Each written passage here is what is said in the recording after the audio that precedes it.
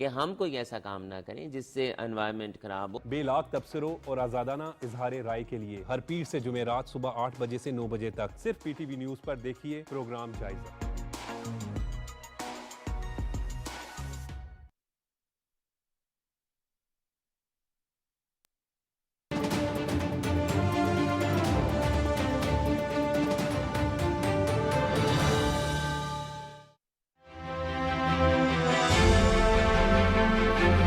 میں انٹر ہو چکے you can say مذہبی جماعتوں کے ساتھ یا کسی بھی جماعت کے ساتھ کوئی سیٹ ایڈجسٹمنٹ ہوگی؟ میرا خیال ہے کہ کچھ پارٹیوں سے نہیں ہو سکتی. ضلع دیر بالا اور جماعت اسلامی ایک ساتھ لازم و ملزوم ہیں. ڈیموکریسی کے نام پر جو پچھلے 5-6 سال اور 9 سال یہاں پہ جو خیبر پختونخوا میں جو کچھ ہوا ہے، سب سے پہلے تو ان چیزوں کو ریسٹور کرنا ہے. ایک ایسی حقیقت ہے کہ ایک پاکستانی ہونے کے ناطے ہر کوئی ایسا کہے گا کہ وہ اس پہ ہم رنجیدہ ہیں. 10 روپے میں تو جان کو خطرہ تو ہاں بالکل وہ تو ہے، لیکن مجبوری ہے. کیا کریں، مجبوری ہے. مجبوری ہے.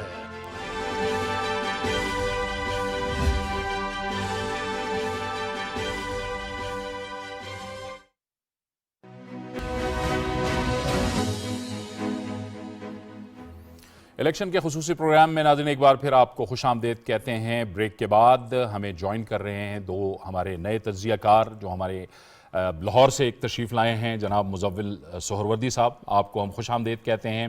اور بائیں جانب ہمارے ساتھ موجود ہیں جناب مشرف زیدی صاحب، آپ کو بھی اس گفتگو میں بہت خوش آمدید کہتے ہیں.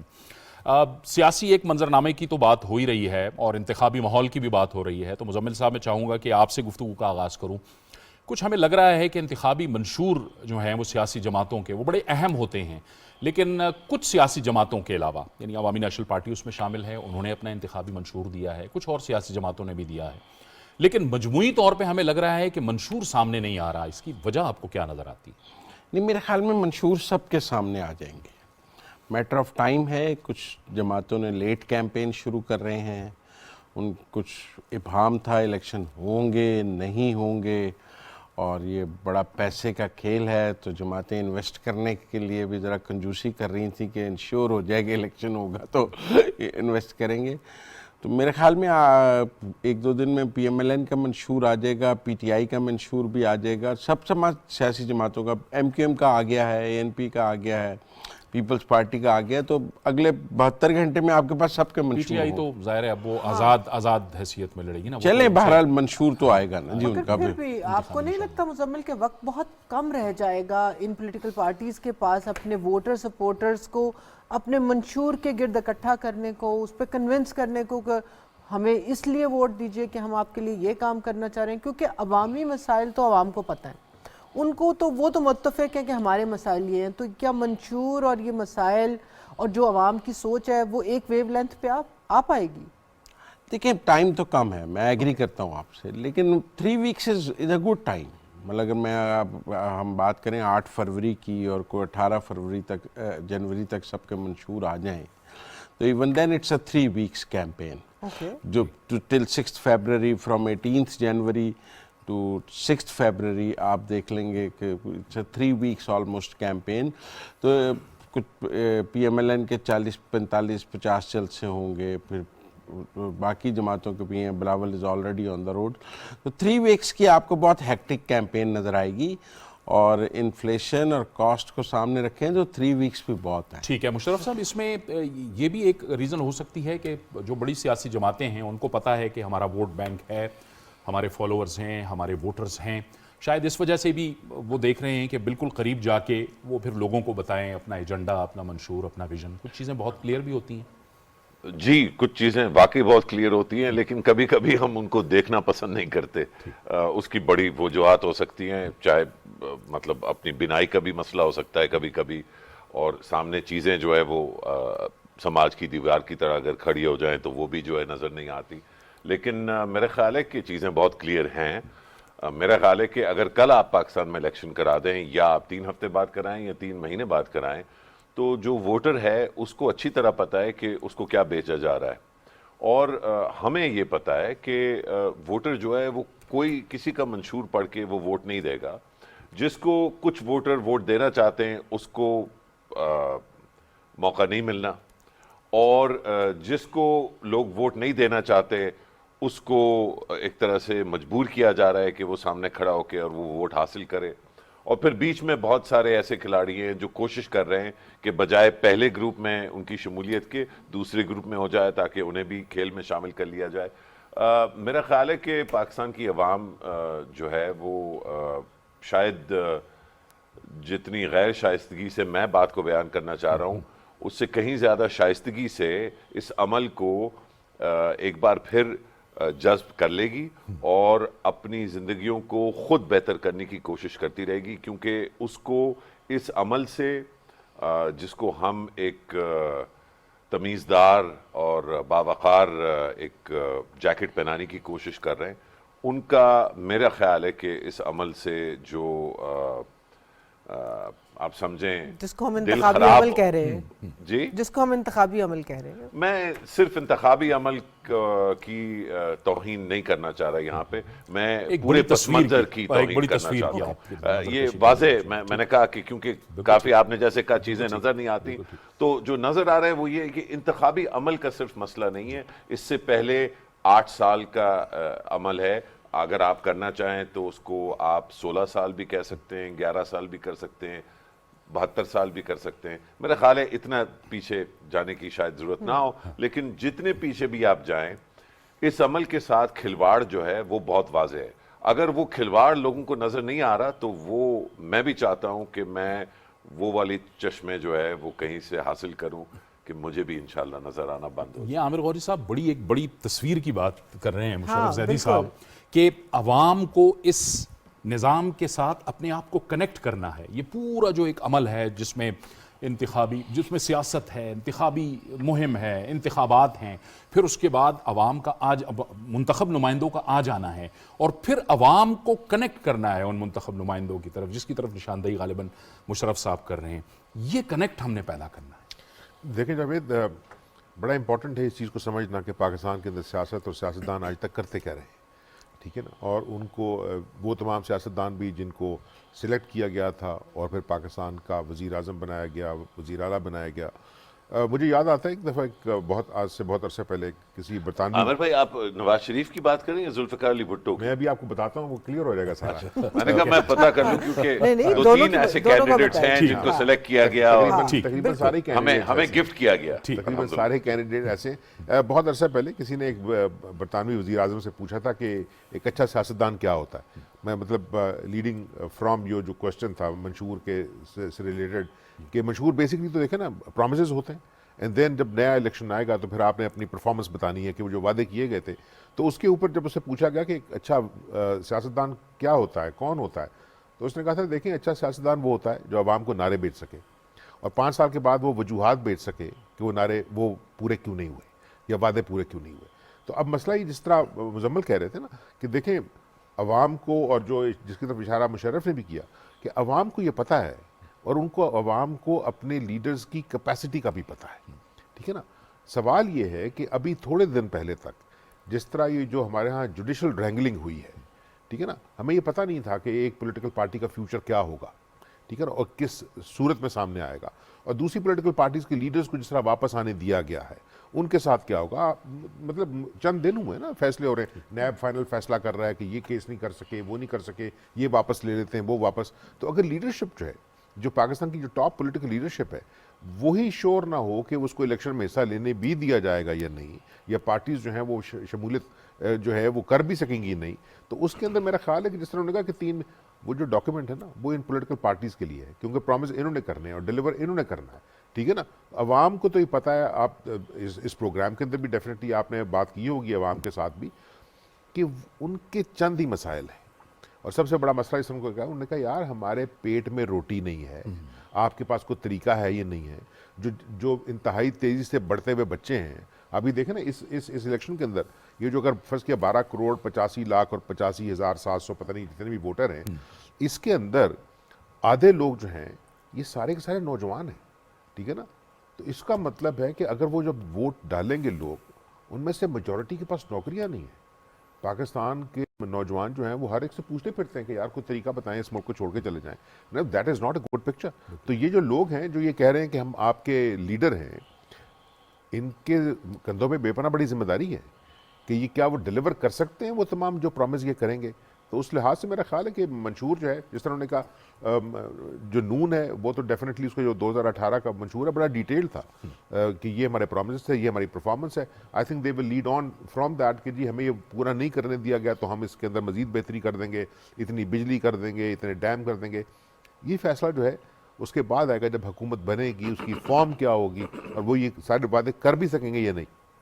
بالکل صحیح. اور آپ نے اور مشرف ذیلی صاحب نے چونکہ عوام 2018 میں تو پھر 50 لاکھ گھر اور 1 کروڑ نوکریاں دینی تھیں, 100 دنوں میں دینی تھی. وہی بات تو وہی 100 دنوں میں دینی تھی جو پیپلز پارٹی کہہ رہی ہے نا وہ 300 یونٹ بجلی اور 30 لاکھ کا گھر کہہ رہے ہیں, مطلب وہ ریپلیکیٹ کر رہے ہیں جو پی ٹی آئی 2018 میں کہہ رہی تھی وہ اس کو ریپلیکیٹ کر رہے ہیں. یعنی نعرے جو ہیں وہ ایسے ہونے چاہیے جو عملی ہوں اور جس پہ 2013 میں انہوں نے کہا کہ ہم لوڈ شیڈنگ ختم کریں گے, پی ایم ایل این نے انہوں نے کی 18 تک, بہرحال لوڈ شیڈنگ ختم کی. اور میرے خیال ہے آخرت میں ہی جو ہے وہ ملے گا ان کو, کیونکہ یہاں جو انعام ملا ان کو اس میں جیل ملی. مزمل جو ہے مثلاً شاہد خاقان عباسی کو جن کے بارے میں آرٹیکلز اور پیپرز لکھے جا رہے ہیں کہ کوئی ملک ایسا نہیں ہے جو 2013, 14, 15 کے دور میں جس نے نیچرل گیس کی طرف سمت جو ہے وہ اتنی تیزی سے پر کی ہو جس طرح پاکستان نے کی.